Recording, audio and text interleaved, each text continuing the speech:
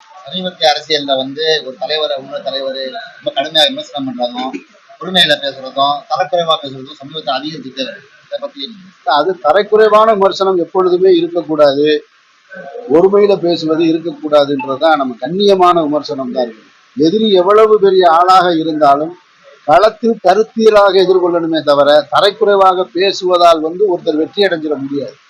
மக்களிடத்துல நீங்க என்ன கருத்தை கொண்டு போய் சேர்க்கிறீங்க, உங்க கொள்கையை என்ன கொண்டு போய் சேர்க்கிறீங்கன்றத வச்சுதான் நீங்க மக்களிடம் அன்பை பெற முடியுமே தவிர நீங்க கேலியும் கிண்டலுமாக பேசுவதாலோ அல்லது நீங்கள் கூட்டிய கூட்டத்தின் முன்பாக அவர்களை உற்சாகப்படுத்த வேண்டும் என்பதற்காக வார்த்தை கண்ணிய குறைவாக அல்லது உறவு சொல்லி அழைப்பதாலோ வெற்றி அடைஞ்சிட முடியாது.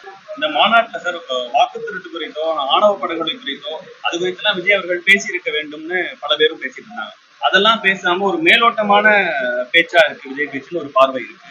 தீர்மானங்களை நிறைவேற்றினாலும் பேச்சுல அவர் சொல்லியிருந்தா ஒரு இம்பாக்ட் ஏற்படுத்தி. இன்னும் மாநாடு அது முழுமையாக நடைபெற்று முடிந்த மாநாடு மாதிரி தெரியல. ஒரு ரசிகர்கள் சந்திப்பு போலதான் நடந்து முடிந்ததா நான் பாக்குறேன். ஒரு மாநாடு என்றால் அந்த மாநாட்டில் ஒரு தலைவர் உரையாற்றுவதற்கு பின்னாடி நிறைவுரையாற்றியதற்கு பின்னாடி தீர்மானம் நிறைவேற்றப்பட்டதற்கு பின்னால் தான் மாநாடு மேடையில் இருப்பவர்கள் கலைந்து செல்வாங்க.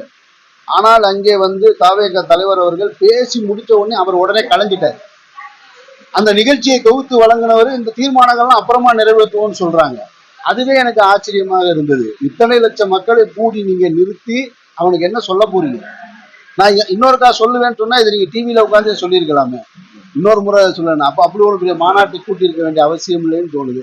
அதெல்லாம் பக்குவப்படுவாங்கன்னு நான் நம்புறேன். அடுத்தடுத்த மாநாட்டில் சரி செய்வாங்கன்னு எதிர்பார்க்கிறேன். புதிய சிந்தனை இல்லாத ஒரு நடிகர் துவங்கிய கட்சி வெற்றி பெறுமா, களத்தில் நிற்குமா? புதிய சிந்தனை இல்லாத கட்சின்னு நம்ம சொல்ல வேண்டியதில்லை. தொடக்கத்தில் இது தடுமாற்றமா தான் நான் பாக்குறேன். சொன்னதுதான் அது. இங்க யார் வேணாலும் கட்சி துவங்கலாம், யாரு வேணாலும் கொள்கையை எடுத்துட்டு வரலாம். இப்ப எம்ஜிஆர் அவர்கள் கட்சி ஆரம்பிச்சாங்க அப்படின்ற ஒரே காரணத்திற்காக எம்ஜிஆருக்கு பின்னால் மாபெரும் புகழ்பெற்ற நடிகர் திரு சிவாஜி கணேசன் அவர்கள் கட்சி ஆரம்பிச்சாங்க, பாக்கியராஜ் அவர்கள் கட்சி ஆரம்பிச்சாங்க, நடிகர் சரத்குமார் அவர்கள் கட்சி ஆரம்பிச்சாரு, டி ராஜேந்தர் அவர்கள் கட்சி ஆரம்பிச்சாங்க. எல்லாருமே கூட்டம் கூட்டினாங்க, மாநாடு காமிச்சாங்க.